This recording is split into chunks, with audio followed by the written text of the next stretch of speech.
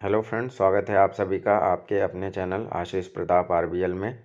और जैसा कि आप देख सकते हैं थंबनेल में, सीटेट परीक्षा विशेष पर्यावरण जो अभी आपका एग्ज़ाम आने वाला है उसके अकॉर्डिंग मैंने पर्यावरण के विशेष नोट्स तैयार किए हैं, जिसमें कम से कम 10 से 12 क्वेश्चन हर साल आते ही आते हैं, थर्ड, फोर्थ और फिफ्थ क्लास की एनसीईआरटी से। तो अगर आपको डिटेल में देखना है थर्ड, फोर्थ और फिफ्थ क्लास की एनसीईआरटी, जहाँ से कम 10 से 12 क्वेश्चन पूछे ही जाते हैं, तो उनको आप मेरी प्लेलिस्ट में जाकर देख सकते हैं। करीब 20 पार्ट हैं। वो डिटेल्ड एनालिसिस उसमें उसमें किया गया है, चैप्टर वाइज हर क्लास की एनसीईआरटी का, और उस उस चैप्टर के टॉपिक से जो भी क्वेश्चंस पूछे गए हैं उनको भी डिटेल में बताया गया है। तो अगर आपके पास समय है तो आप उन सारे वीडियोस को देख सकते हैं। छोटी छोटी वीडियोस हैं। अगर समय नहीं है तो जो इम्पॉर्टेंट टॉपिक हैं मैं उन पे आपको डिटेल में यहाँ पर समझाऊंगा, और उम्मीद है कि जो 10 से 12 क्वेश्चन आते हैं वो आपके गलत नहीं होने पाएंगे अगर ये वीडियो आप 2-3 बार देख के चले जाते हैं एग्ज़ाम में। कोशिश करूँगा छोटी से छोटी वीडियो हो, जिससे आपका समय भी बचे और ज़्यादा से ज़्यादा नंबर आप पा सकें। तो ये है थर्ड क्लास की एनसीईआरटी के चैप्टर्स। करीब 24 चैप्टर हैं, लेकिन थर्ड क्लास की एनसीईआरटी से ज़्यादा क्वेश्चन पूछे नहीं जाते। जहाँ से क्वेश्चन पूछे जाते हैं वो टॉपिक्स मैं आपको बताता हूँ। जैसे ये लीचन है, ये बताती हैं कि मैं हांगकांग में रहती हूँ, मुझे और मेरी माँ को सांप खाना बहुत पसंद है। तो क्वेश्चन यहाँ से ये पूछा जाता है कि कहाँ के लोगों को सांप खाना पसंद है। ऑप्शन में आपको ये सारे दिए रहेंगे, एक ऑप्शन आपका हांगकांग भी रहेगा। तो ये याद रखना, हांगकांग के लोगों को सांप खाना पसंद है। जब भी हमारी सांप खाने की इच्छा होती है तो हम पास के एक होटल में जाकर लिंग हू फेन खाते हैं। तो ये भी आपको डिश का नाम याद रखना है। लिंग हू फेन किससे संबंधित है? सांप से संबंधित डिश है। और ये कहाँ से संबंधित है? तो ये हांगकांग से संबंधित है। ये अच्छे से आप याद कर लेना। फिर अगला है, ये जूनी है और ये कश्मीर में रहती हैं। सरसों के तेल में बनी मछली मुझे बहुत पसंद है। सरसों के तेल में बनी मछली मुझे बहुत पसंद है। एक बार हम गोवा गए थे, वहाँ हमने मछली खाई पर स्वाद बहुत ही अलग था। माँ ने कहा, अरे यह तो नारियल के तेल में बनी समुंदर की मछली है, स्वाद तो अलग होगा ही। तो यहाँ से आपको क्या याद रखना है? सरसों के तेल में बनी मछलियाँ जम्मू कश्मीर के लोग खाते हैं, और नारियल के तेल में बनी समुंदर की मछलियाँ गोवा के लोग खाते हैं। इतना चीज़ यहाँ से याद रखना है। थर्ड है टॉमस, ये केरल में रहते हैं। मुझे सबसे अच्छी दो चीज़ें लगती हैं। वे चीज़ें मेरे घर के आंगन में उगती हैं, एक ऊपर ऊंचे पेड़ पर और दूसरी ज़मीन के नीचे। बस नारियल डली हुई किसी भी करी के साथ उबला हुआ टैपियोका मिल जाए तो क्या मज़ा आता है। तो ये टैपियोका आपको याद रखना है। ये केरल की केरल में खाई जाने वाली डिश है टैपियोका। उसमें आपको मिलाने के लिए भी आ सकता है कि कौन सी डिश कहाँ पर खाई जाती है। तो टैपियोका आपको याद रखना है, केरल के लोग पसंद करते हैं, और नारियल डली हुई किसी भी करी के साथ। आगे बढ़ते हैं। मोस्ट इम्पॉर्टेंट क्वेश्चन है, बहुत ज़्यादा पूछा जाता है। क्या तुमने कभी ध्यान दिया है कि पक्षियों के उड़ने चलने और गर्दन घुमाने के तरीके अलग अलग हैं? मैना झटके से अपनी गर्दन आगे पीछे करती है, उल्लू तो अपनी गर्दन पीछे तक घुमा सकता है। क्या तुम भी ऐसा कर सकते हो? तो आपको यहाँ से याद रखना है कि मैना झटके से अपनी गर्दन आगे पीछे करती है, जबकि उल्लू अपनी गर्दन पीछे तक घुमा सकता है। ये दो चीज़ें याद रखनी हैं। इसके अलावा पक्षियों के पंख अलग अलग रंगों व डिजाइन के होते हैं। उनके उनके पंख उड़ने में मदद करते हैं। इतना ही नहीं, पंख उनके शरीर को गर्म भी रखते हैं। समय समय पर पक्षियों के पुराने पंख झड़ जाते हैं और नए पंख आ जाते हैं। तुमने भी कई बार पक्षियों के गिरे हुए पंखों को देखा होगा। तो ये सारी चीज़ें स्टेटमेंट के रूप में कभी कभी पूछ ली जाती हैं। यही चारों स्टेटमेंट इस तरह से करके रख दिए जाएंगे और आपसे पूछा जाएगा इनमें से कौन सा सही है या कौन सा गलत है। आकाश में शाम के समय पूरब दिशा में तथा प्रातःकाल पश्चिम दिशा में। तो शाम को पूरब दिशा में और प्रातःकाल में पश्चिम दिशा में। वर्षा के पश्चात लाल, नारंगी, पीला, हरा, आसमानी, नीला और बैंगनी वर्णों से मिलकर बना विशालकाय वृत्ताकार वक्र इंद्रधनुष कहलाता है। आपने देखा होगा। बस आपको ये याद रखना है कि शाम के समय पूरब दिशा में बनता है और प्रातःकाल में पश्चिम दिशा में। जो इस तरह से 7 रंगों का बनता है वक्राकार, उसको इंद्रधनुष कहते हैं। वर्षा अथवा बादल में पानी की सूक्ष्म बूंदों अथवा कणों पर पड़ने वाली सूर्य किरणों का विक्षेपण ही इंद्रधनुष के सुंदर रंगों का कारण है। ये विक्षेपण या डिस्पर्शन, ठीक है। सूर्य की किरणें वर्षा की बूंदों से आपतित तथा परावर्तित होने के कारण इंद्रधनुष बनाती हैं। तो आपतन और परावर्तन दोनों के कारण इंद्रधनुष बनता है। इंद्रधनुष सदैव दर्शक की पीठ के पीछे सूर्य होने पर ही दिखाई पड़ता है। तो ये बात आपको याद रखनी है। ये बुक में नहीं है, ये तो मैंने आपकी जानकारी के लिए लिख दिया है। अब यहाँ पर पकाने का तरीका आपको ध्यान में रखना है। भून कर, उबाल कर, तल कर, सेंक कर। अब आप सोच रहे होंगे कि ये कैसा, इसमें क्या पढ़ने लायक है। तो यहाँ से भी भाई साहब सीटेट में क्वेश्चन पूछा गया है और यही इसी तरह से पकाने के तरीके इसमें कौन से नहीं हैं। इनमें से 3 ऑप्शन रख दिए गए थे और एक अलग कोई ऑप्शन रख दिया गया था। तो आपको बताना था इनमें से कौन सा पकाने का तरीका नहीं है। तो एज इट इज़ इनको आप याद रख लेना। भून कर, उबाल कर, तल कर और सेंक कर।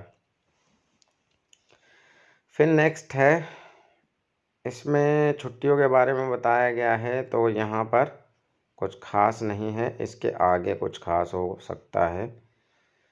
हम लोग छुट्टियों में शिमला घूमने गए। ऊंचे ऊंचे पहाड़ों पर जब टेढ़े मेढ़े रास्तों से होकर बस चलती है तब नीचे देखकर बहुत डर लगता है। शिमला में हमें बहुत पैदल चलना पड़ा। मेरी दादी जल्दी ही थक जाती थी। हम उन्हें घोड़े पर बिठा देते थे। मैं तो मज़े से पैदल चलता था और थकता भी नहीं था। तो ये था शिमला के बारे में। ऊंचे ऊंचे पहाड़ हैं और ये हैं।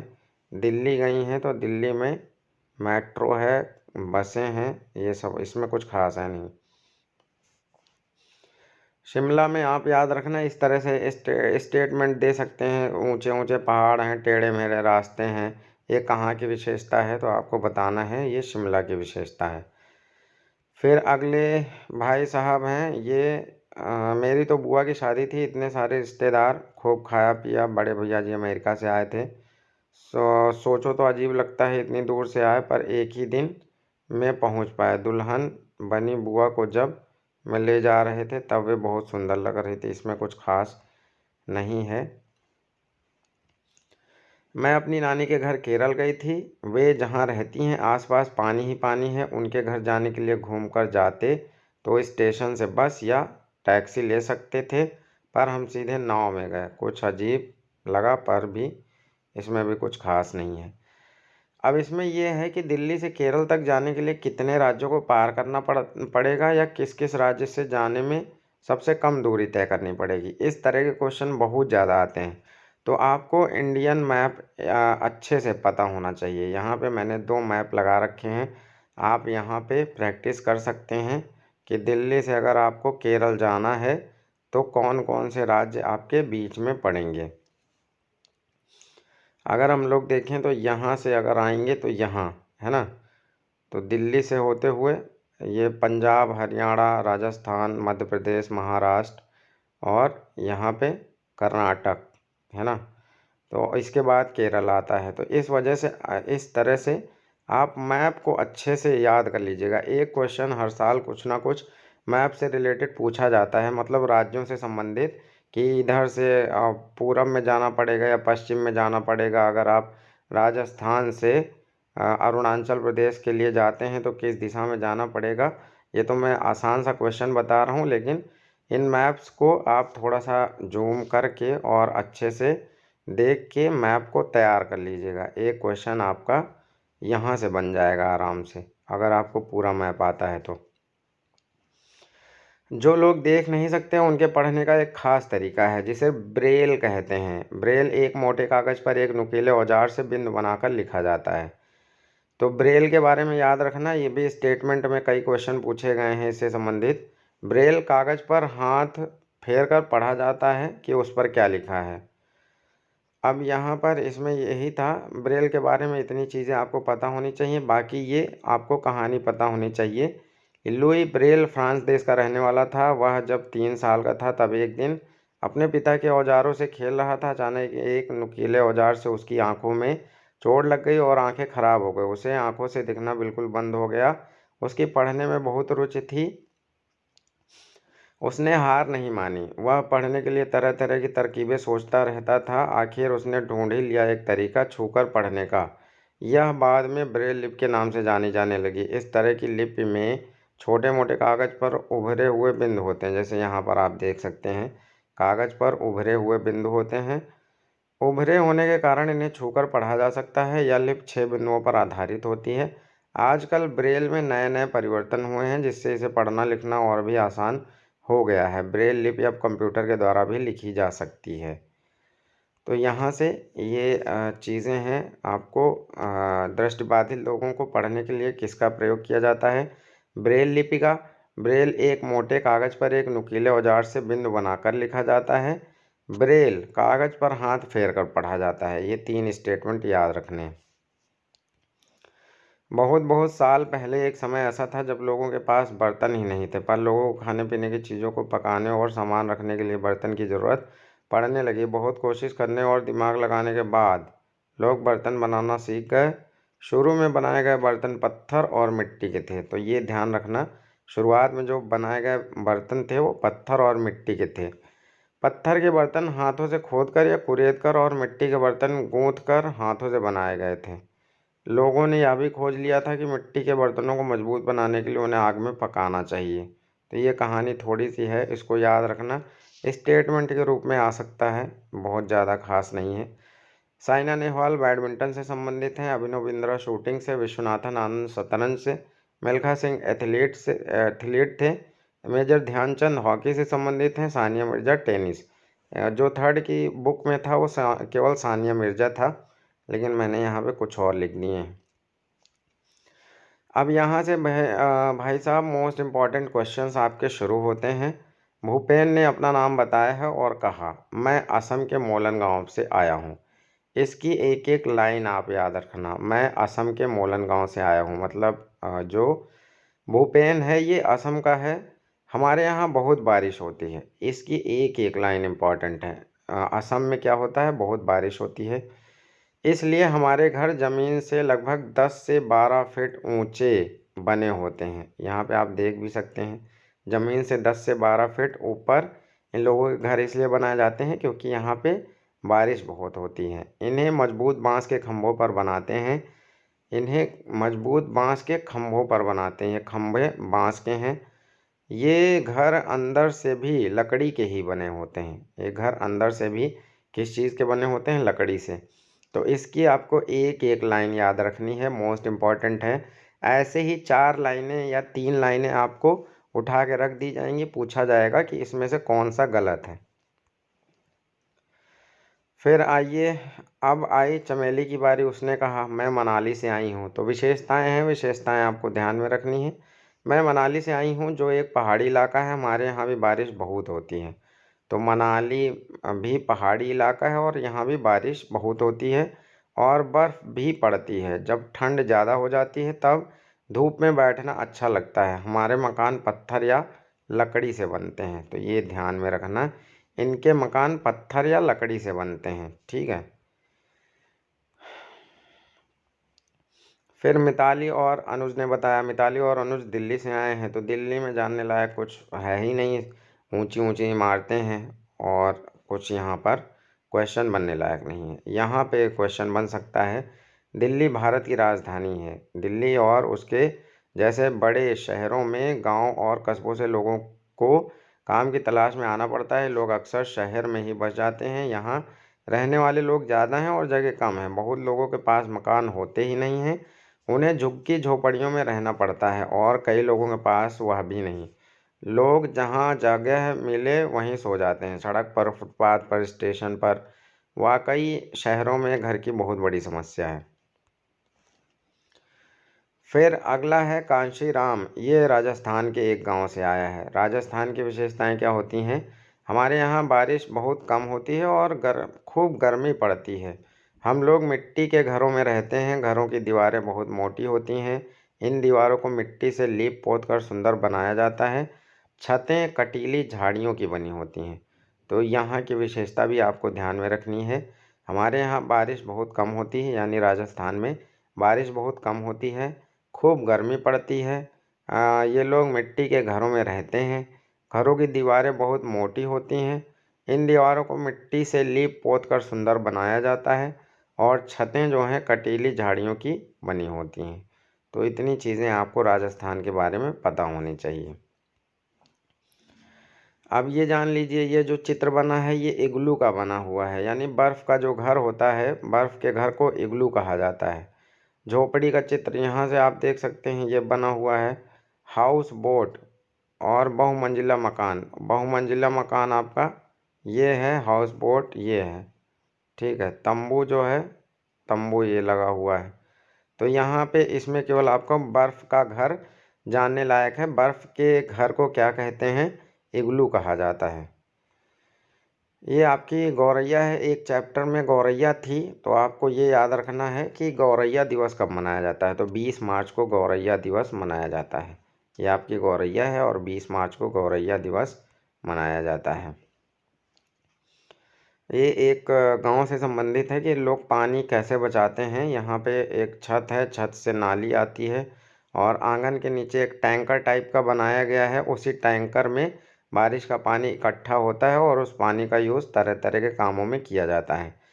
गांव में खुशी की लहर तब उठती है जब कभी रेल से पानी आता है। माधव के पिताजी ऊँट गाड़ी में पानी लाने जाते हैं, पर ऐसा मौका अक्सर नहीं आता। लोग पानी का इंतज़ार करते ही रह जाते हैं। कुछ लोग बारिश का पानी इकट्ठा करते हैं, यह खास तरह से किया जाता है टाँका बनाकर। तो इसको टाँका कहते हैं। क्या तुम जानते हो टाँका क्या होता है और इसे कैसे बनाते हैं? तो आंगन में गड्ढा बनाकर उसे पक्का करके टाँका बनाते हैं। टाँके को ढक्कन से बंद कर देते हैं, बंद रखते हैं। टाँके के लिए घर की छत को कुछ ढलवा बना देते हैं, जिससे छत पर गिरा बारिश का पानी नाली के द्वारा टाँके में इकट्ठा हो सके, और छत की नाली पर जाली लगा देते हैं, जिससे कूड़ा कचरा टाँके में न जा सके। यह पानी साफ करके पीने के काम में लाया जाता है। कभी कभी गांव के एक टाँके से माधव को भी पानी लेने देते हैं। तो ये खैर इतना इम्पोर्टेंट नहीं था। टाँका आप जान लीजिए कैसे बनता है। और ये वर्ल्ड वाटर डे होता है, ये इम्पॉर्टेंट है। 22 मार्च को मनाया जाता है विश्व जल दिवस। तो ये आपको पता होना चाहिए।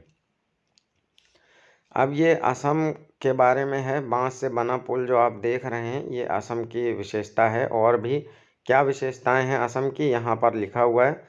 हमारे यहाँ बारिश बहुत होती है, कभी कभी तो चारों तरफ घुटनों तक पानी भर चला आता है। फिर भी हम स्कूल जाने से नहीं रुकते। एक हाथ में किताबें उठाते हैं और दूसरे हाथ से बांस को पकड़ते हैं। हम जल्दी जल्दी बांस और रस्सी से बना पुल पार कर जाते हैं। तो ये असम की विशेषता है।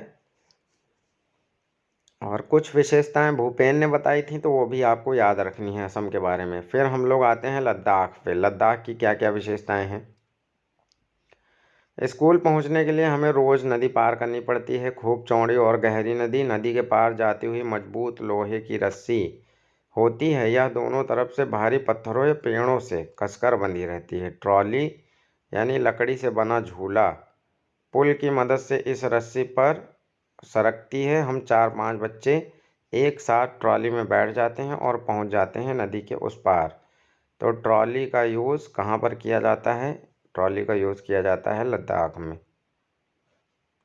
फिर अगला है वल्लम।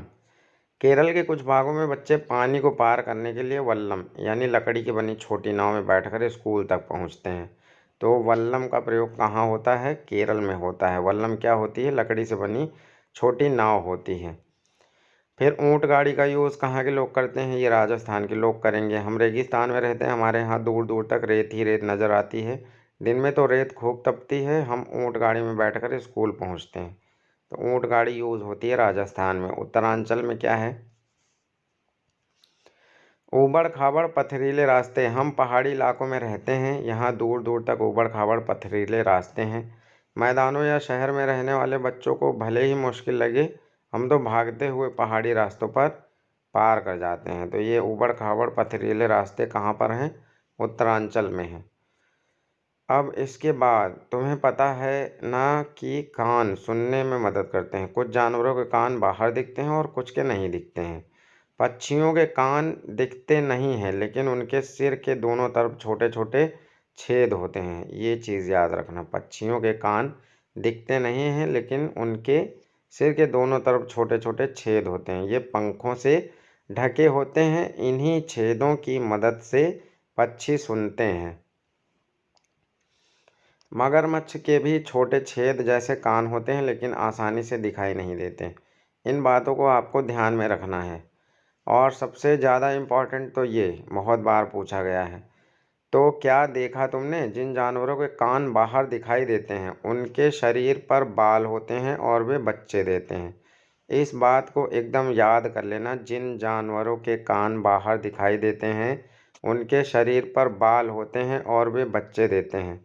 और जिन जानवरों के कान बाहर दिखाई नहीं देते उनके शरीर पर बाल नहीं होते और वे अंडे देते हैं। यानी जिन जानवरों के कान बाहर दिखाई देते हैं वे बच्चे देते हैं और उनके शरीर पर बाल होते हैं। जिन जानवरों के कान बाहर दिखाई नहीं देते उनके शरीर पर बाल भी नहीं होते और वे अंडे देते हैं। ये इससे रिलेटेड कई बार क्वेश्चन पूछा गया है, तो इसको आप ध्यान में रखना इस बात को।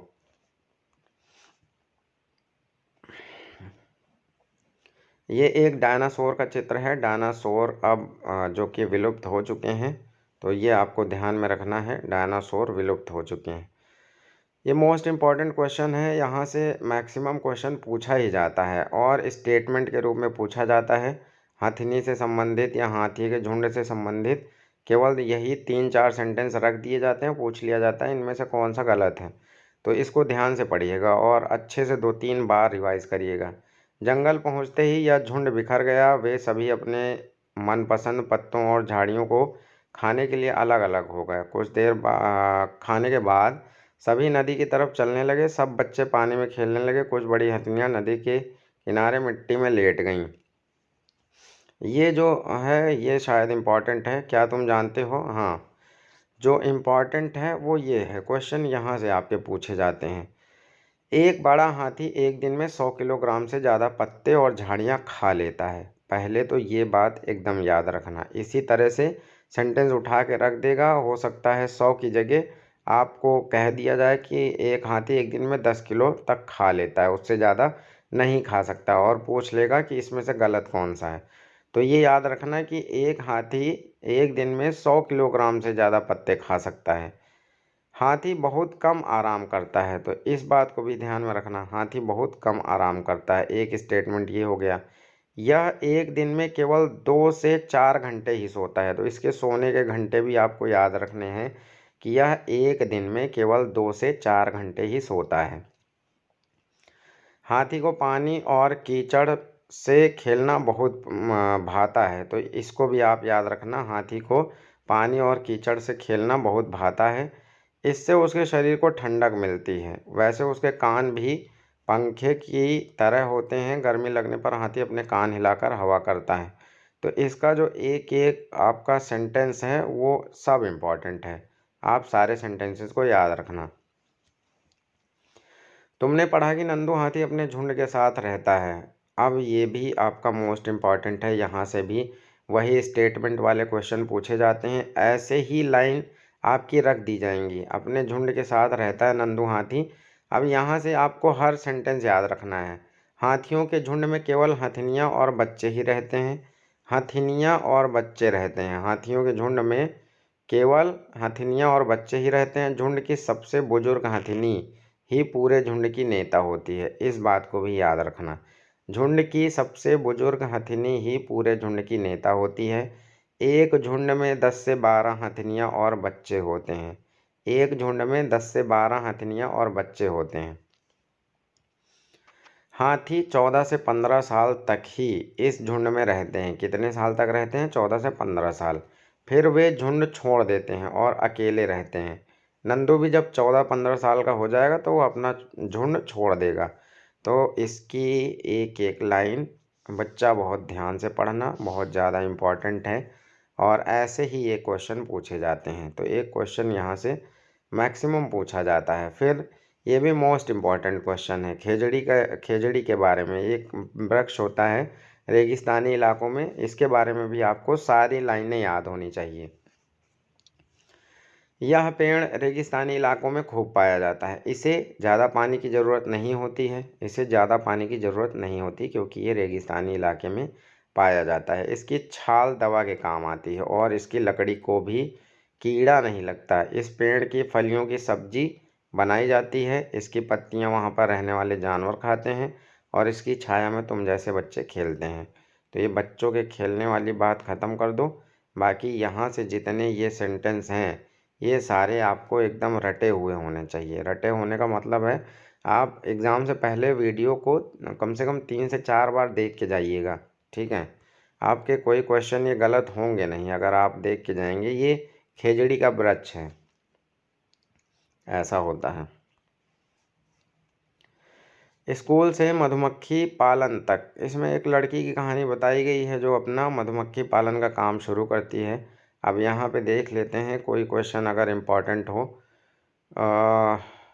मैंने सोचा क्यों ना मैं भी यह काम कर लूँ। तब मैंने गांव में मधुमक्खी पालने के एक सरकारी कोर्स में भाग लिया। कोर्स में भाग लेने वालों में मैं अकेली लड़की थी। ट्रेनिंग में मुझे पता चला कि अक्टूबर से दिसंबर तक का समय मधुमक्खियों के अंडे देने का होता है।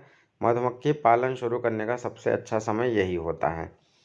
तो यहाँ से आपको ये चीज़ पता चली और यही चीज़ इम्पॉर्टेंट है कि मधुमक्खी पालन किस से किस महीने में होता है। तो अक्टूबर से दिसंबर तक का समय होता है मधुमक्खी पालन का। ये अंडे देती हैं अक्टूबर से दिसंबर के बीच में।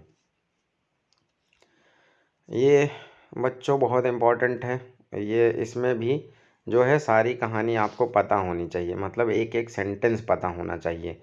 एज इट इज़ ऐसे ही 3 सेंटेंस आपके रख देता है, एक सेंटेंस कुछ इसमें गलत कर देगा। तो बहुत ध्यान से पढ़ना।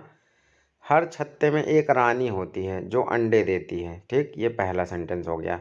छत्ते में कुछ नर मक्खी भी होती हैं। छत्ते में बहुत सारी काम करने वाली मक्खियाँ भी होती हैं। ये दिन भर काम करती हैं। शहद के लिए फूलों का रस ढूंढती हैं। जब किसी मक्खी को रस मिल जाता है तो वह एक तरह का नाच करती है, उससे दूसरी मक्खियों को। ये सारे सेंटेंस आपको पता होने चाहिए, 1-2 बार कम से कम आप देखना। और यहाँ से तो और इम्पॉर्टेंट है। लास्ट सेंटेंस था कि उससे दूसरी मक्खियों को पता चल जाता है कि रस कहाँ है। वे रस से शहद बनाती हैं। छत्ता बनाने का काम भी इन्हीं का होता है और बच्चों को पालना भी। तो ये सारे काम कौन कर रहा है?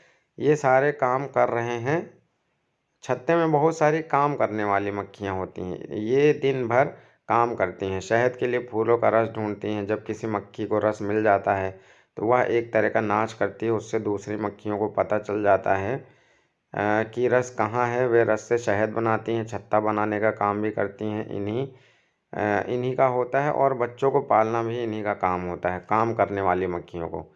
ये ना हो तो छत्ता बने और ना छत्ता बनेगा और ना ही शहद इकट्ठा होगा।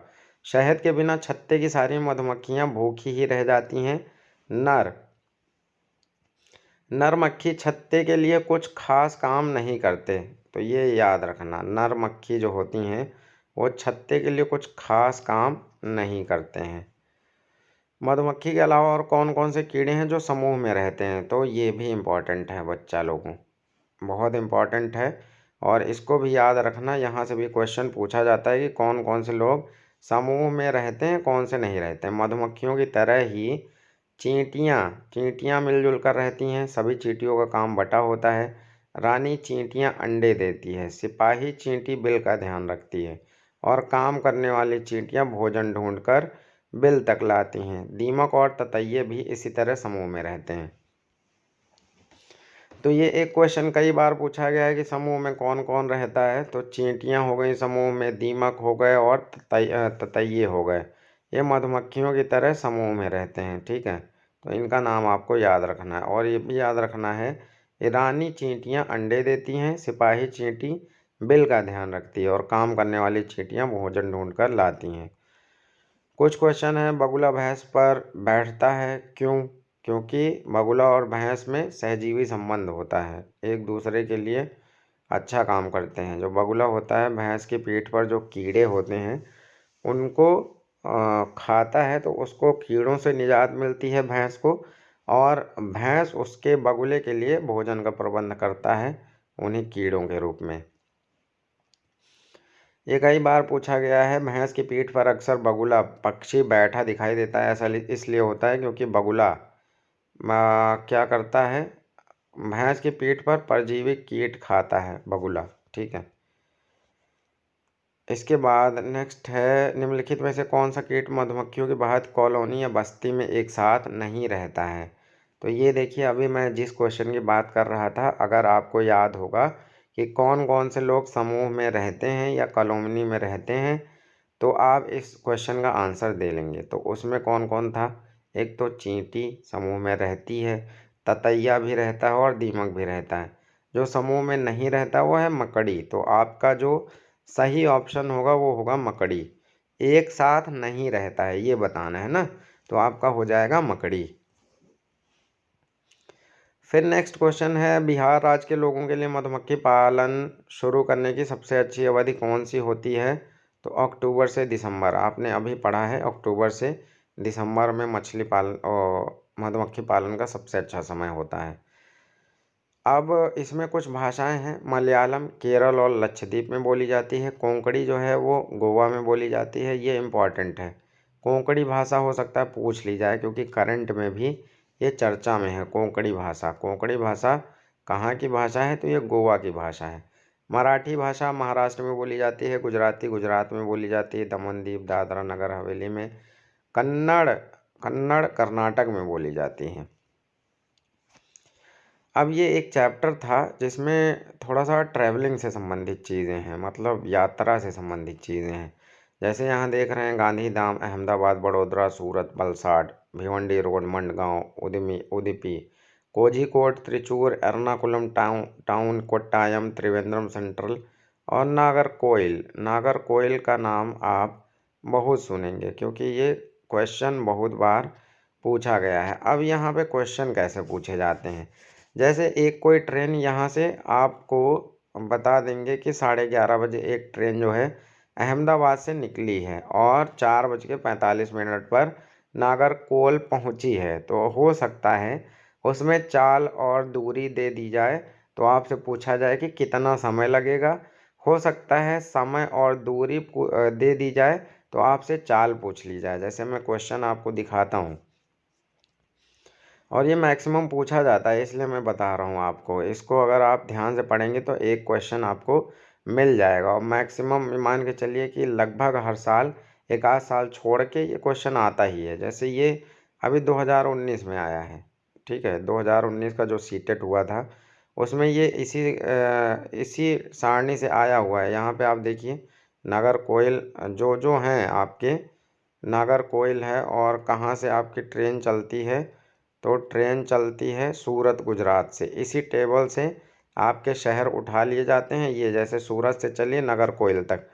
अब इसमें समय दे दिया जाता है और आपसे क्वेश्चन पूछ लिया जाता है। मान लीजिए यहाँ पे क्या क्या दे रखा है, सूरत से इतने बजे चली और इतने बजे नागरकोइल पहुंची, तो इसके बीच का आपको समय देख लेना है कि कितना टाइम लगा इसको। यदि सूरत से नागरकोइल के बीच ट्रेन मार्ग की दूरी, यहाँ पे दूरी भी दे रखी है 2120 किलोमीटर, तो इसकी औसत चाल आपको बतानी है। औसत चाल, चाल बराबर आपका दूरी बटे समय होता है, तो दूरी ये हो जाएगी और समय यहाँ से जो निकलेगा उसी से डिवाइड कर देंगे तो आ जाएगा। एक क्वेश्चन यहाँ पे देखिए, ये उसके पहले सालों में पूछा गया है, सेम वैसा ही क्वेश्चन है कि अहमदाबाद से त्रिवेंद्रम जाने के लिए बैठा एक यात्री है ना, तो ये ट्रेन इतने बजे अहमदाबाद से छूटी और इतने बजे त्रिवेंद्रम पहुंची। यदि अहमदाबाद से त्रिवेंद्रम के बीच की दूरी दी गई है तो इन दोनों स्टेशनों के बीच की औसत चाल क्या होगी? तो क्वेश्चन ऐसे ही बनते हैं। यहाँ पे देखिए आपका सॉल्व करके भी दिया गया है। पहले बस इस समय को निकाल लेंगे कि यहाँ इतने बजे से इतने बजे तक कितने घंटे हो गए, तो ये हो गया 42 घंटा और दूरी आपकी दी गई है 2268। औसत चाल का मतलब है चाल बराबर दूरी बटे समय। तो यहाँ पर आप डिवाइड कर देंगे तो 54 किलोमीटर प्रति घंटा आएगा, और इसको मीटर प्रति सेकंड में अगर कन्वर्ट करना है तो इसको 5/18 से आप गुणा कर देंगे तो आपका मीटर पर सेकंड में डिवाइड हो जाएगा। एक देखिए, एक और साल में ये क्वेश्चन पूछा गया था, गांधी धाम से एक ट्रेन निकलती है इतने बजे और नागरकोइल स्टेशन पर पहुंचती है। तो टेबल यही है, मतलब इसी टेबल से ये सारे क्वेश्चन बने हुए हैं, लेकिन बस केवल नंबर आपके चेंज कर दिए जाते हैं। तो इसमें भी सेम काम आपको करना है कि समय निकाल लेना है और दूरी आपकी दी गई है 2649। तो चाल क्या हो जाएगी, चाल बराबर दूरी बटे समय, दूरी को समय से भाग कर देंगे। ठीक है, ये आपकी 3rd क्लास की एनसीईआरटी कंप्लीट होती है। यहाँ पर ये 4th क्लास के सारे चैप्टर्स हैं। अगर आप चैप्टर्स पढ़ना चाहें तो पढ़ सकते हैं। मैं केवल वही क्वेश्चंस पे फोकस करूँगा जहाँ से आपके क्वेश्चंस बनते हैं। ये एनसीईआरटी क्लास 4 का 10th चैप्टर है, कर्णम मल्लेश्वरी के बारे में है।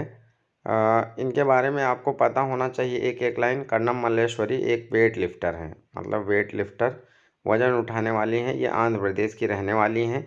तो वैसे ही जैसे अभी तक हम लोग पहले के चीज़ें पढ़ रहे थे, वैसे ही इसको भी पढ़ना है कि हर सेंटेंस को आपको याद रखना है। इनके पापा पुलिस में हवलदार हैं। जब ये 12 साल की थीं तब से वज़न उठाने का अभ्यास करने लगीं। अब वे एक बार में 130 किलोग्राम तक वज़न उठा लेती हैं। कर्णम ने भारत के बाहर 29 मेडल जीते हैं। उनकी 4 बहनें भी रोज़ वज़न उठाने का अभ्यास करती हैं। तो इनके बारे में डिटेल में आपको पता होना चाहिए। फिर अगला है 11वां चैप्टर फुलवारी, जहाँ फूल ही फूल होते हैं, फूलों की घाटी कहलाती है।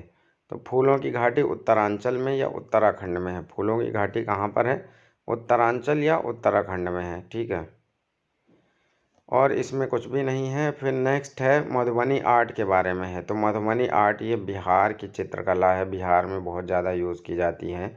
इसके बारे में आपको पता होना चाहिए। ये इस तरह से बनी होती है मधुबनी आर्ट। यह चित्रकला बहुत पुरानी है। पता है इस चित्रकला का नाम मधुबनी क्यों पड़ा? बिहार में मधुबनी नाम का एक ज़िला है।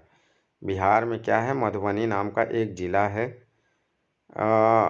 त्योहारों और खुशी के मौक़ों पर वहाँ पर घर की दीवारों पर, आंगन में इस तरह के चित्र बनाए जाते हैं। यह चित्र पीसे हुए चावल के घोल में, ये विधि आप याद रखना है, इससे भी क्वेश्चन पूछे जाते हैं। यह चित्र पीसे हुए चावल के घोल में रंग मिलाकर बनाए जाते हैं। ये रंग भी खास तरह के होते हैं। इन्हें बनाने के लिए नील, हल्दी, फूल, पेड़ों के रंग आदि को इस्तेमाल में लाया जाता है। चित्रों में इंसान, जानवर, पेड़, फूल, पंछी, मछलियाँ और अन्य कई जीव जंतु साथ में बनाए जाते हैं। तो ये सारी चीज़ें आपको वैसे ही पता होनी चाहिए जैसे अभी मैं पिछले चीज़ों के बारे में आपको बता रहा था। सारी चीज़ें याद कर लीजिएगा। फिर अगला है आदिवासी हजारों साल पहले से कांसे की चीज़ें बनाते आए हैं। आज भी हमारे घरों में कांसे का उपयोग होता है। कांसे के विषय में निम्नलिखित में से सबसे सही कथन चुनिए। तो इसमें ये आपका बी ऑप्शन सही है। ये तांबा और टिन का मिश्रण है, मतलब कॉपर और टिन का मिश्रण है। ये 2019 सीटेट में पूछा गया है। मैं दिखाता हूँ आपको कि ये कितनी बार पूछा गया होगा। गोलकोंडा किला किसने बनवाया था? तो गोलकोंडा किले में ये काकतीय राजवंश का शासन था वहाँ हैदराबाद में। तो काकतीय राजवंश ने बनवाया था। ठीक है, यहाँ पे डिटेल पढ़ना चाहें तो पढ़ सकते हैं। गोलकुंडा किला हैदराबाद शहर के पश्चिमी सिरे पर स्थित है। यह किला 13वीं शताब्दी में काकतीय राजवंश द्वारा निर्मित किया गया था। आगे चलकर गोलकुंडा का किला बहमनी राजवंश के अधिकार में आ गया। कुछ समय बाद कुतुब शाही राजवंश ने इस पर कब्जा कर लिया था। तो बहुत ही अच्छा और बहुत ही आश्चर्यजनक तरीके से बनाया गया है। मुझे भी ये सौभाग्य मिला है गोलकुंडा फोर्ट घूमने का, तो वाकई में काबिल तारीफ़ है ये। अब ये देखिए फिर से कांसे वाला प्रश्न आ गया। 2015 में भी पूछा गया है। कांसे के बारे में आपसे डिटेल पूछा गया है, इनको आपको याद रखना है। इसमें बी और सी सही हैं। कांसा के बारे में निम्नलिखित कथनों पर अध्ययन कीजिए। इसे भट्ठी में कॉपर और टिन को पिघलाकर बनाया जाता है। तो ये मिश्रण किस चीज़ का है, इसको आप याद रखिएगा, कॉपर और टिन का मिश्रण है। आदिवासी लोग ब्रॉन्ज का उपयोग हजारों वर्षों से कर रहे हैं। ठीक है, और ये पूरा डिटेल आपका लिखा हुआ है, इसको आप पढ़ लीजिएगा डिटेल में। फिर देखिए कांसे के बारे में एक क्वेश्चन और आया है 2013 में, तो बी और सी इसमें भी सही है। और क्वेश्चन वही, मतलब मान के चलिए आपकी, अगर आप एक बार तैयार कर लेंगे ना ये टॉपिक, तो सीटेट आप कितनी भी बार दें ये question as it is repeat होते हैं। मतलब कुछ भी बहुत ज़्यादा बदलाव ही नहीं होता, वैसे के वैसे ही रख दिए जाते हैं। तो आपको केवल एक बार तैयार करना है, फिर दोबारा मेहनत नहीं करनी पड़ेगी आपको। तो यहाँ पर भी देख सकते हैं ए ऑप्शन आपका जो है, यानी ये बी और सी सही हैं। कांसे को तांबा और टिन से पिघलाकर तैयार किया जाता है। कांसा अत्यंत मजबूत होता है और इससे तोप तथा मूर्तियाँ बनाई जाती हैं। तो ये गोलकुंडा वाले चैप्टर में ही थोड़ा सा डिटेल दिया हुआ था, तो मैंने सोचा आपको सीधे क्वेश्चन ही बता देता हूँ, कई बार पूछा गया है। कांसा के विषय में जिसका उपयोग गोलकुंडा के किले में मिली तोप में किया गया था, सही कथन चुनिए। तो इसमें से सही कथन आप चुन सकते हैं, तांबा यानी कॉपर और टिन की मिश्र धातु है। तो ये था आपका कांसे के बारे में। देखा आपने कितनी बार पूछा गया। ये सुनीता विलियम्स हैं जो अंतरिक्ष में गई थी। तो यहाँ पे फिलहाल क्वेश्चन तो बनने लायक मुझे नहीं लगता है कि कुछ होगा, फिर भी पढ़ लेते हैं, हो सकता है क्वेश्चन एक आध आ ही जाए। हम एक जगह टिक कर तो बैठ ही नहीं सकते, यान में एक जगह से दूसरी जगह तैरते हुए पहुंचते हैं। पानी भी एक जगह टिका नहीं रहता, वह बुलबुलों की तरह इधर उधर उड़ता फिरता पड़ता है। हाथ मुंह धोने के लिए हम तैरते बुलबुलों को पकड़कर कपड़ा गीला करते हैं और हाथ मुंह साफ करते हैं। वहाँ खाना भी अजब अजब तरीके से खाना पड़ता है। सबसे ज़्यादा मज़ा तब आता है जब हम सभी उड़ते हुए खाने वाले कमरे में जाते हैं और उड़ते हुए खाने के पैकेटों को पकड़ते हैं। अंतरिक्ष में मुझे कंघी करने की ज़रूरत नहीं पड़ती, बाल हमेशा ही खड़े रहते हैं। चल ना पाना, हर समय तैरते रहना और हर काम अलग तरीके से करना, यह सब करने की आदत डालना आसान नहीं था। एक जगह टिक कर काम करना हो तो अपने आप को बेल्ट से बांधो, कागज़ को भी ऐसे नीचे छोड़ सकते उसे भी दीवार के साथ बांध कर रखो। अंतरिक्ष में रहना बहुत ही मज़ेदार था लेकिन मुश्किल भी। ये कुछ अंतरिक्ष की तस्वीरें हैं, तो यहाँ से क्वेश्चन तो नहीं बनेगा, बस देख सकते हैं आप। इसके बाद पृथ्वी पर कुछ भी उछालो तो वापस नीचे आता है। बॉल उछालकर वापस पकड़ पाते हो ना। पृथ्वी पर तो हम तैरते नहीं फिरते, पानी रखते हैं तो ग्लास में रहता है, बाल्टी में टिका रहता है, बुलबुले बनकर घूमता नहीं। यह कमाल है पृथ्वी का। पृथ्वी हर चीज़ को अपनी तरफ खींच कर रखती है। किस वजह से? गुरुत्वाकर्षण बल के कारण। सुनीता विलियम्स पृथ्वी से 360 किलोमीटर दूर स्पेसशिप में गई थी। सोचो 360 किलोमीटर कितना होता है। तुम जहाँ रहते हो वहाँ से 360 किलोमीटर कौन सा शहर है? तो यहाँ भी उतना खास कुछ है नहीं। स्पेसशिप की खिड़की से पृथ्वी को देखकर सुनीता बताती हैं, पृथ्वी बहुत ही अद्भुत और सुंदर दिखती है। इतनी सुंदर कि उसे घंटों तक निहारते रहो। अंतरिक्ष से पृथ्वी की गोलाई भी साफ दिखती है ना। तो यहाँ पर और कुछ खास है नहीं।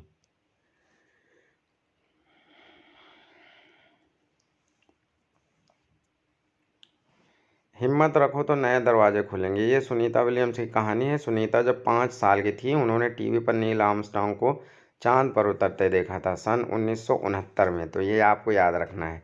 नील आर्मस्ट्रांग कब चांद पर उतरे थे? 1969 में। नील आर्मस्ट्रांग चांद पर उतरने वाले सबसे पहले व्यक्ति थे और छोटी सुनीता उनसे बहुत प्रभावित हुई। सुनीता बताती है कि बचपन में उनकी खेलकूद में बहुत दिलचस्पी थी। उन्हें तैराकी खासतौर पर पसंद थी। पढ़ाई में वे कभी सबसे आगे नहीं रहीं। सुनीता बनना तो गोताखोर चाहती थीं, पर बन गई हेलीकॉप्टर पायलट। एक दिन उन्हें किसी अंतरिक्ष यात्री से पता चला कि वे आगे पढ़ाई करें तो अंतरिक्ष में जा सकती हैं। फिर क्या था? सुनीता ने डटकर आगे की पढ़ाई की, ट्रेनिंग ली और अब वे अंतरिक्ष में सबसे लंबे समय तक रहने वाली पहली महिला हैं। सुनीता कहती हैं कि जो चाहो वह हमेशा नहीं मिलता, लेकिन निराश नहीं होना चाहिए। जो भी काम करें उसे पूरे मन से करें तो कई नए दरवाजे अपने आप खुलते जाते हैं। सुनीता से जब किसी बच्चे ने सवाल पूछा कि वे आगे क्या बनना चाहती हैं, तो उन्होंने जवाब दिया स्कूल टीचर, ताकि वे बच्चों को समझा पाएँ कि विज्ञान और गणित कैसे ज़िंदगी से जुड़े हैं। ये इनकी कहानी है। इसी से संबंधित एक क्वेश्चन उठा दिया गया कि टूटता तारा यानी उल्का क्या है। तो उल्का जो पृथ्वी के वायुमंडल में प्रवेश करते ही आग पकड़ लेता है, उसको उल्का उल्का कहते हैं या टूटता तारा कहते हैं। नेक्स्ट है ज़मीन से खजाना। यह पता लगाना आसान नहीं है कि ज़मीन के अंदर गहराई में तेल कहाँ मौजूद है। वैज्ञानिक खास तरीकों और मशीनों से यह समझते हैं और अंदाज़ा लगाते हैं, फिर गहराई तक पाइप और मशीनें डालकर तेल ऊपर खींचा जाता है। तो इस पैराग्राफ में भी आपको सेंटेंसेस को याद रखना है ना। जैसे अभी तक हम लोग याद करते आए हैं, वैसे इसमें भी याद रखना है। निकाला गया तेल गहरे रंग का गाढ़ा बदबूदार होता है, ये स्टेटमेंट पूछा जाता है। इसमें घुली मिली और छिपी हुई बहुत सारी चीज़ें होती हैं। इन चीज़ों को अलग अलग और साफ़ करने के लिए तेल को रिफाइनरी भेजा जाता है। क्या तुमने कभी रिफाइनरी के बारे में सुना है? इसी तेल से हमें मिलता है, क्या क्या मिलता है ये याद रखना, ये भी खूब क्वेश्चन पूछा जाता है। केरोसिन मिलता है, डीजल मिलता है, पेट्रोल मिलता है, इंजन ऑयल मिलता है, हवाई जहाज़ के लिए ईंधन मिलता है। जानते हो एलपीजी, खाना पकाने की गैस, मोम, कोलतार और ग्रीस भी इसी से मिलते हैं। तो बहुत सारी चीज़ें इससे मिलती हैं रिफाइनरी में। क्या क्या मिलता है ये आप याद कर लीजिएगा, ठीक है। Kerosene, diesel, petrol, engine oil और हवाई जहाज़ के लिए ईंधन, एलपीजी, मोम, कोलतार, ग्रीस, ये सब इसी से मिलते हैं।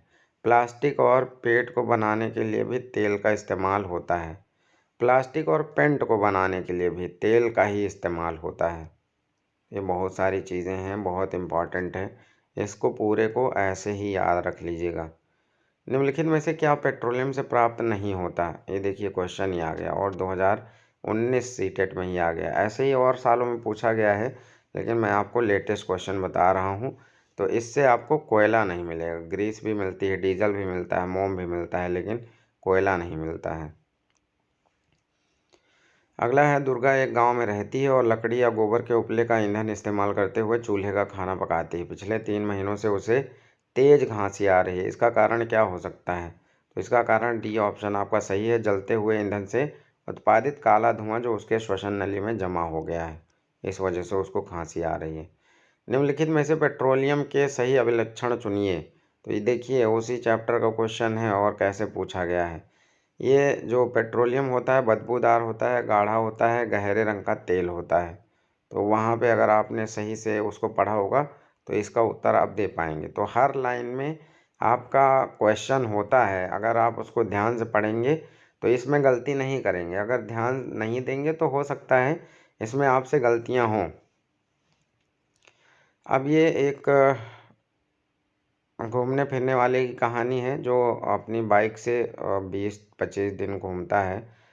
लोनर इसकी बाइक का नाम है। तो अभी ये आखिरकार मैं और लोनर ले पहुंच ही गए। अजब अनूठा था यह इलाका, सूखा, समतल और ठंडा रेगिस्तान। तो जो लद्दाख है वो कैसा है यहाँ पे आप देख सकते हैं। सूखा है, समतल है और ठंडा है ना, रेगिस्तान है। लद्दाख में बहुत ही कम बारिश होती है।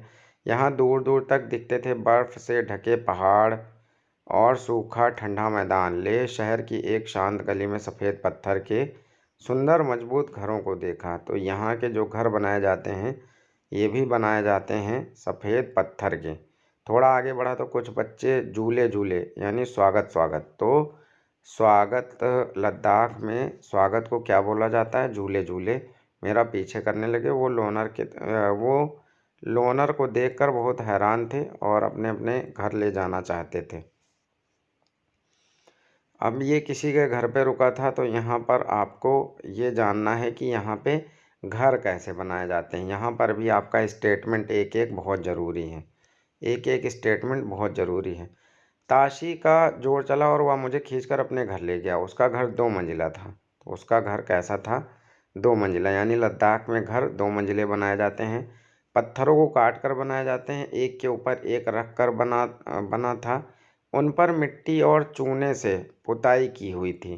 अंदर से घर की ओर अंदर से घर छप्पर जैसा लग रहा था। हर तरफ घास फूस पड़ी हुई थी। ताशी मुझे लकड़ी की सीढ़ियों से पहली मंजिल पर ले गया। उसने बताया कि वह और उसका परिवार ऊपर की मंजिल पर रहते थे। नीचे की मंजिल पर जानवरों के रहने की जगह थी। तो और ज़रूरत का सामान इकट्ठा करके रखते थे। सर्दी के दिनों में अक्सर इनका परिवार भी नीचे की मंजिल पर जानवरों के पास ही रहता। नीचे की मंजिल में कोई खिड़की भी नहीं थी। छत को मजबूत बनाने के लिए पेड़ों के मोटे तने इस्तेमाल किए हुए जाते थे। तो ये पैराग्राफ आपके लिए मोस्ट इम्पॉर्टेंट है। इसमें जो सारी बातें, सारे सेंटेंसेस लिखे हैं, उनको आपको ऐसे ही तैयार कर लेना है। कम से कम 2 से 3 बार देखिए, सारी चीज़ें आपको याद हो जाएंगी। फिर ताशी मुझे घर की छत पर ले गया। आसपास का नज़ारा तो देखते ही बनता था। सभी घरों की छतें समतल थीं। कहीं लाल मिर्च सूखने के लिए फैली थी तो कहीं सीताफल और मक्का। किसी छत पर धान के ढेर लगे थे तो किसी पर उपले सूख रहे थे। ताशी ने बताया कि छत उनके घर का सबसे महत्वपूर्ण हिस्सा है। यहाँ गर्मियों की तेज़ धूप में बहुत सारी फल सब्जी सुखा लेती हैं। ये ठंडे दिनों में इस्तेमाल होती हैं जब फल सब्जी नहीं मिल पाती। सोचो यह किन महीनों में होता होगा और क्यों। वहाँ खड़ा मैं सोच रहा था कि किस तरह उनके घर का हर हिस्सा एक खास सोच से बनाया गया था, बिल्कुल वहाँ के मौसम और लोगों की ज़रूरत के अनुकूल। मुझे यह समझने में देर नहीं लगी कि मोटी मोटी दीवारें, लकड़ी के फर्श और लकड़ी की छत ही ठंड से बचाते होंगे। तो ये सारा डिटेल आपको यहाँ से पढ़ना है। अब अगला पेज देखते हैं। दुनिया की चोटी पर लोगों का बसेरा। अब समय था आगे बढ़ने का। टेढ़े मेढ़े सकड़े पहाड़ी रास्तों से होते हुए मैं ऊंचाई पर जा रहा था। कहीं सड़क तो कहीं बड़े बड़े पत्थर। लोनर का चलना मुश्किलों से भरा था। अब मैं चांगथांग इलाके की ओर बढ़ रहा था। लगभग 5000 मीटर की ऊंचाई पर बना यह मैदानी इलाका बिल्कुल सुनसान और पथरीला था। इतनी ऊंचाई पर सांस लेने में भी मुश्किल हो रही थी। मेरे सिर में दर्द होने लगा और बहुत कमज़ोरी महसूस होने लगी। फिर धीरे धीरे ऐसी हवा में सांस लेने की आदत सी पड़ गई। मैं कई दिन तक यहाँ मोटरसाइकिल पर घूमता रहा, लेकिन दूर दूर तक कोई भी दिखाई नहीं पड़ता था। ना ही कोई पेट्रोल पंप, ना मैकेनिक। सिर्फ दूर दूर तक फैला नीला आसमान और पहाड़ों के बीच बहुत से तालाब। कई रातें और कई दिन बीत गए। मैं अकेला ही बढ़ता रहा। फिर एक दिन अचानक मेरे सामने था बड़ा सा हरा मैदान और उसमें चरती भेड़ बकरियां। थोड़ी ही दूर पर मुझे कुछ टेंट दिखाई दिए। मैं हैरान था कि इस सुनसान इलाके में ये कौन लोग थे और क्या कर रहे थे। तो अब ये जो लोग आएंगे ये थोड़ा सा इम्पोर्टेंट हैं, बाकी इस पेज में कुछ इम्पोर्टेंट है नहीं। चांगपा, वहाँ मैं मिला नामग्याल से। उन्हीं से मुझे चांगपा के बारे में पता चला। इतने बड़े इलाके में सिर्फ 5000 लोग। चांगपा घुमंतू लोग होते हैं, तो ये ध्यान रखना। चांगपा घुमंतू लोग होते हैं जो हमेशा एक ही जगह पर नहीं रहते। अपनी भेड़ बकरियों को झुंड को लेकर पहाड़ों में हरे मैदानों की खोज में घूमते रहते हैं। इन्हीं जानवरों से इन्हें अपनी ज़रूरत का सामान मिल जाता है। दूध, मांस, टेंट के लिए चमड़ा, स्वेटर और कोट के लिए ऊन आदि। भेड़ बकरियां ही इनकी सबसे बड़ी पूंजी होती हैं। जितनी भेड़ बकरियां उतना ही ऊंचा परिवार का स्तर। चांगपा खास तरह की बकरियां पालते हैं जिनके बालों से दुनिया की मशहूर पश्मीना ऊन बनती है। तो ये पश्मीना ऊन वाला जब आएगा अगले पेज पे, तब मान के चलिए ये बहुत इम्पॉर्टेंट है और हमेशा पूछा जाता है। जितनी ठंडी और ऊंची जगह होगी, इन बकरियों के बाल भी उतने ही ज़्यादा नरम होंगे। इसलिए चांगपा इतने मुश्किल हालात में भी इतनी ऊंचाई पर रहना पसंद करते हैं। यही है इनकी ज़िंदगी। मैं मोटरसाइकिल पर तो अपना थोड़ा ही सामान लाया था, लेकिन ये लोग अपना पूरा घर और सामान घोड़ों पर और याक पर लाद के घूमते हैं। जब आगे बढ़ना हो तो ये सिर्फ 2.5 घंटे में अपना डेरा समेट कर निकल पड़ते हैं। जहाँ ठहरना हो वहाँ कुछ ही देर में ये अपने टेंट गाड़ लेते हैं और तैयार हो जाता है इनका घर। आपका स्वागत है, कहते हुए नामग्याल मुझे बहुत बड़े तिकोने टेंट में ले गया। ये अपने टेंटों को रेबो कहते हैं। तो इनके टेंटों को क्या कहा जाता है? रेबो कहा जाता है। याक के बालों से बुनाई करके चांगपा पट्टियाँ बनाते हैं जिन्हें सिलकर जोड़ लेते हैं। बहुत मजबूत होती हैं और गर्म भी। मैंने देखा कि अब यहाँ पे चांगपा की भाषा में चांगथांग का मतलब है ऐसी जगह जहाँ बहुत कम लोग रहते हैं। तो ये चीज़ आप ध्यान में रखना, ऐसी जगह जहाँ पर बहुत कम लोग रहते हैं उनको चांगथांग बोला जाता है। पट्टियां 9 डंडियों के सहारे जमीन से बंधी थी। टेंट लगाने से पहले जमीन में 2 फुट गहरा गड्ढा खोदते हैं, फिर गड्ढे के आसपास की ऊंची जमीन पर टेंट लगाते हैं। टेंट में घुसने पर मैंने पाया कि वह खूब ऊंचा था और मैं आराम से सीधा खड़ा हो सकता था। अपने टेंट में मैं ऐसा नहीं कर पाता। रेबो अंदर से मेरे मुंबई वाले फ्लैट के एक कमरे जितना बड़ा था। 2 लकड़ी के बड़े डंडों के सहारे खड़ा था। रेबो के बीचों बीच एक खुला छेद था जहाँ से चूल्हे का धुआं बाहर जा सके। नामग्याल ने बताया कि इनके टेंट का डिज़ाइन 1000 साल से भी पुराना था। इससे टेंट में रहने वाले चांगपा ठंड से बचे रहते थे। ठंड भी कैसी, सर्दियों में यहाँ का तापमान 0 से भी कई डिग्री नीचे चला जाता है और हवा भी बहुत तेज चलती है। 1 घंटे में 70 किलोमीटर की गति। सोचो अगर तुम अपने गांव से बस में बैठे और वह इस गति से चले तो तुम 1 घंटे में कहाँ पहुँच जाओगे। रेबो के पास ही भेड़ बकरियों को रखने के लिए जगह बनी थी। इसे चांगपा लेखा कहते हैं। तो जहाँ पे भेड़ बकरियों को रखा जाता है उसको लेखा कहा जाता है और जो टेंट वेंट लगाते हैं उसको रेबो कहा जाता है। लेखा की दीवारें पत्थरों और चट्टानों को एक दूसरे पर रखकर बनाते हैं। हर परिवार अपने जानवरों के झुंड पर पहचान के लिए खास निशान बनाता है। रोज़ सुबह झुंड को लेखा से बाहर निकालकर गिनकर चराने ले जाना और ठीक से वापस लाना वहाँ की औरतों और जवान लड़कियों का रोज़ का काम है। चांगपा लोगों की ज़िंदगी पूरी तरह से इन जानवरों से जुड़ी है। क्या कोई जानवर तुम्हारी ज़िंदगी का हिस्सा है, जैसे तुम्हारा कोई पालतू जानवर या खेती में इस्तेमाल किए गए जानवर इत्यादि? ऐसे 5 उदाहरण सोचो। तो इसमें कोई क्वेश्चन बनता नहीं है। अब मैं दिखाता हूँ आपको क्वेश्चन। यहाँ से आपका मान के चलिए कि हर दूसरे साल सीटेट में ये क्वेश्चन पूछा ही जाता है, तो इसको आप ध्यान से याद करिएगा, तैयार करिएगा। दुनिया में पश्मीना माना जाता है कि एक पश्मीना शॉल में 6 स्वेटरों के बराबर गर्मी होती है। तो हर लाइन इसको आपको ध्यान से पढ़ना है, कितने स्वेटरों के बराबर गर्मी होती है। तो 6 स्वेटरों के बराबर गर्मी होती है पश्मीना शॉल में। इतनी गर्म पर मोटी बिल्कुल नहीं, इतनी गर्म होती है लेकिन मोटी फिर भी नहीं होती। यह पश्मीना बनता है पहाड़ी बकरियों की एक खास नस्ल से जो लगभग 5000 मीटर की ऊंचाई पर रहती है। यहाँ सर्दियों में तापमान 0 डिग्री सेंटीग्रेड से भी बहुत कम यानी -40 डिग्री सेंटीग्रेड तक चला जाता है। इतनी सर्दी से बचने के लिए बकरियों के शरीर पर बहुत ही बारीक और नरम बाल आते हैं जो गर्मियों में झड़ जाते हैं। ये बाल बहुत ही पतले होते हैं, इतने पतले कि बकरी के 6 बाल मिलाकर तुम्हारे सिर के एक बाल की मोटाई के बराबर होंगे। तो ये भी याद रखना कि इंसान के बकरी के 6 बाल मिलाए जाएं तो इंसान का एक बाल उतनी मोटाई में बनता है। इसलिए पश्मीना शॉलों को मशीनों द्वारा नहीं बुना जा सकता। इसकी बुनाई हाथों से करने के लिए खास बुनकर होते हैं। अगर एक बुनकर 250 घंटे बुनाई करे तब जाकर एक साधारण पश्मीना शॉल तैयार होती है। कितने घंटे? 250 घंटे अगर एक बुनकर बुनाई करे तब फिर जाकर एक पश्मीना शॉल तैयार होती है। इतनी मेहनत सोचो, अगर डिज़ाइन वाली शॉल बुननी हो तो कितने दिन लगेंगे।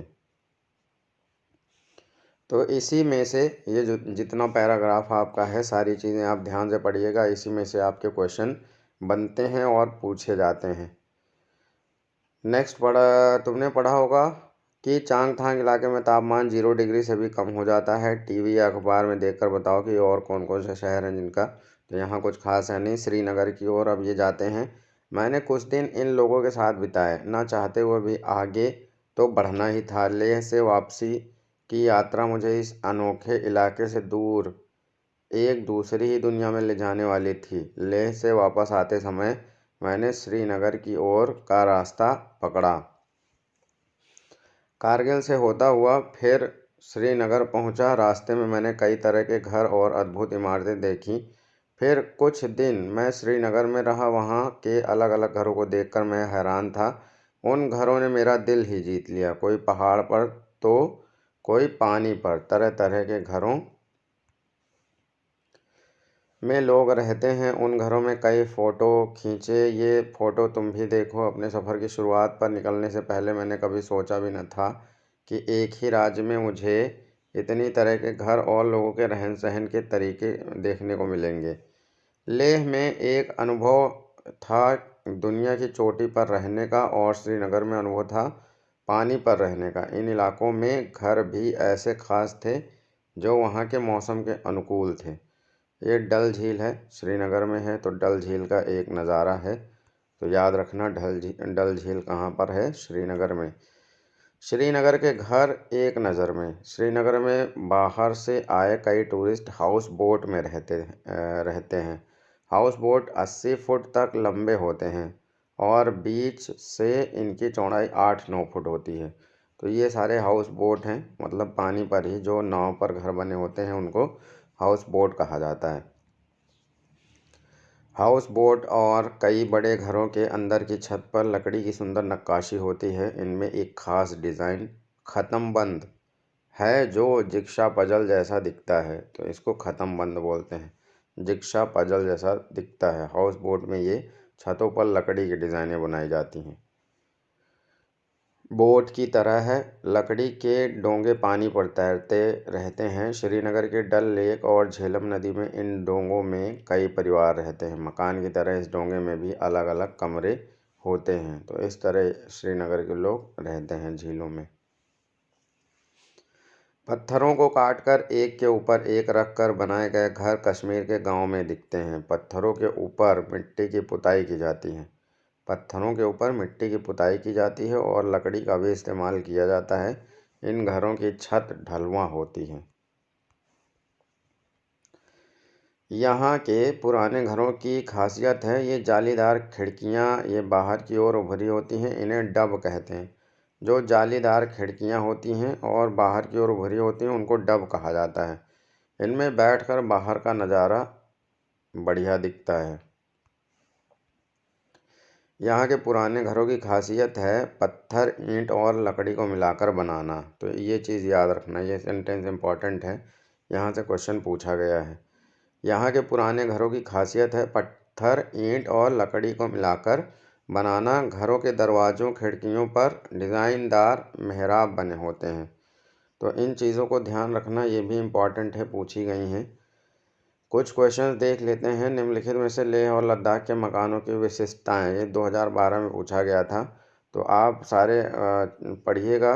पेड़ के तनों से बनी लकड़ी की ढालू छतें, निचली मंजिल में कोई खिड़की नहीं होती, पत्थर, मिट्टी और चूने से बनी मोटी दीवारें, लकड़ी के फर्श। तो इनमें कौन कौन सा सही है? आपका ए वाला जो है गलत है, बाकी बी, सी और डी सही है। इसमें आप डिटेल में पढ़ना चाहें तो पढ़ सकते हैं। लेह एवं लद्दाख में वुडन आर्किटेक्चर का प्रयोग मकानों को बनाने के लिए किया जाता है। इसमें मिट्टी एवं चूने अथवा ईंटों से बनी मोटी दीवारें होती हैं जिन पर लकड़ी की पट्टियां जो गारे से सनी होती हैं बीम के रूप में डाली जाती हैं तथा इसी प्रकार गारे से सनी लकड़ियों द्वारा फर्श बनाया जाता है। अब अगला जो क्वेश्चन है, पश्मीना शॉल लगभग कितने साधारण स्वेटरों के बराबर गर्म होती है? तो यह आपने अभी पढ़ा था, 6 साधारण स्वेटरों के बराबर गर्म होती है तथा एक साधारण पश्मीना शॉल को बुनने हेतु कम से कम 250 घंटे लगते हैं। अगर आपको याद हो तो कितने घंटे लगते हैं? लगभग 250 घंटे लगते हैं। तो ये आपका बी ऑप्शन सही हो जाएगा। एक बार आप और इसको देख लीजिए कि गलती की गुंजाइश ना रहे। यहाँ पर देखिए 6 स्वेटरों के बराबर इसमें गर्मी होती है और एक बुनकर इसको 250 घंटे बुनाई करके तैयार करता है। ठीक है। घरों के नीचे दी गई विशेषताओं पर विचार कीजिए। निचली मंजिल में कोई खिड़की नहीं होती। पेड़ के तनों की लकड़ी से बनी ढालू छतें, पत्थर के खंभों पर ज़मीन से लगभग 10-12 फीट की ऊंचाई पर बने घर, पत्थर, गारा और चूने से बनी मोटी दीवारें, लकड़ी के फर्श। तो इसमें से कौन कौन सी विशेषताएं लेह और लद्दाख के घरों में पाई जाती हैं? देखिए वही लेह और लद्दाख के घरों से संबंधित ये दूसरा क्वेश्चन है, तो इसको आप बहुत ध्यान से पढ़िएगा। जो लेह लद्दाख वाला है पीछे करके भी आप देख सकते हैं। इनमें से आपका जो ऑप्शन सही है, पहला सही है। निचले मंजिल में कोई खिड़की नहीं बनाई जाती है और पत्थर, गारा और चूने से बनी मोटी दीवारें होती हैं और लकड़ी की फर्श होती है। ठीक है, तो ये 3 आपके सही हैं। आगे बढ़ते हैं। ये गुजरात का जो भूकंप आया था 2001 में अहमदाबाद, 26 जनवरी 2001 में, ये उसी के बारे में है। तो इसमें कुछ खास क्वेश्चन है नहीं, वही भुज में आया हुआ था। तो इससे हम लोग आगे बढ़ते हैं। आप पढ़ना चाहें तो पढ़ सकते हैं।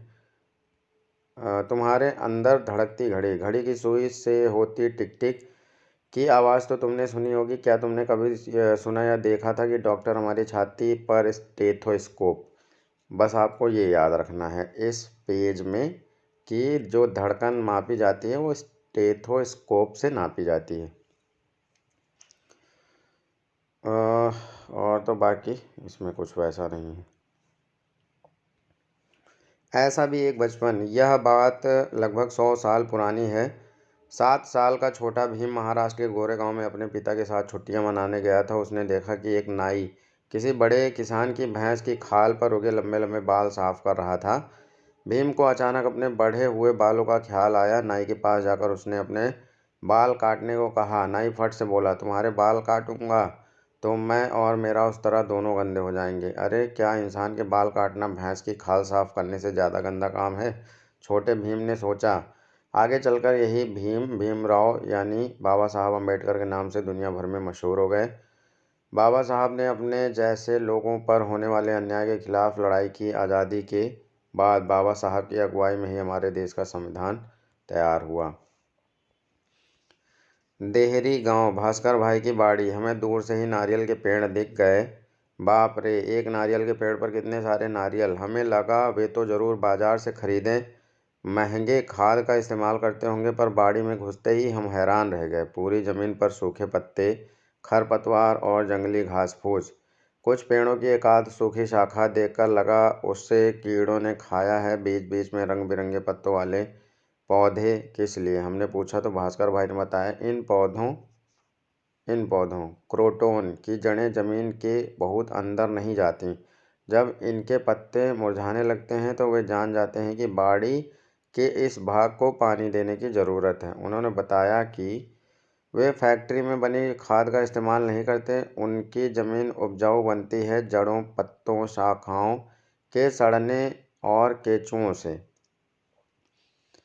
ध्यान से जमीन को देखा तो केचुए दिखे। कितने सारे केचुए ही केचुए, पूरे फार्म में शायद लाखों होंगे। भास्कर भाई ने बताया, ये केचुए जमीन में छेद बनाते हैं जिससे जमीन पोली हो जाती है। इन केचुओं के मल से जमीन उपजाऊ बनती है। फिर प्रवीण ने शहर में रहने वाले अपने चाचा के बारे में बताया। उन्होंने एक गड्ढा खोदा जिसमें केचुओं को रखा था। वे रसोई घर का सारा कचरा, सब्जी, फल के छिलके उस गड्ढे में डाल देते थे। इस तरह गड्ढे में खाद बनती रहती थी। कचरे का अच्छा इस्तेमाल भी हो जाता था और बाजार की खाद से ज़्यादा अच्छी और सस्ती खाद भी मिल जाती थी। फिर हमने इस फार्म में उगे कई फल भी चखे, मज़ा भी आया और एक अलग तरह की खेती के बारे में भी। तो यहाँ से उतना इम्पोर्टेंट कोई क्वेश्चन है नहीं। किसके जंगल जंगल की बेटी, तो ये सूर्यमणि एक लेडी हैं, इनकी कहानी है। बस यहाँ पे आपको कुछ चीज़ें ध्यान में रखनी है कि ये लोग कुडुक भाषा बोलते हैं। इनकी भाषा कौन सी है? कुडुक भाषा है। आदिवासी लोगों की भाषा है कुडुक। और इसमें कुछ भी नहीं है। आगे बढ़ते हैं। सूर्यमणि का बचपन, और इसमें कुछ भी नहीं है, लेकिन आप एक बार पढ़ लीजिएगा।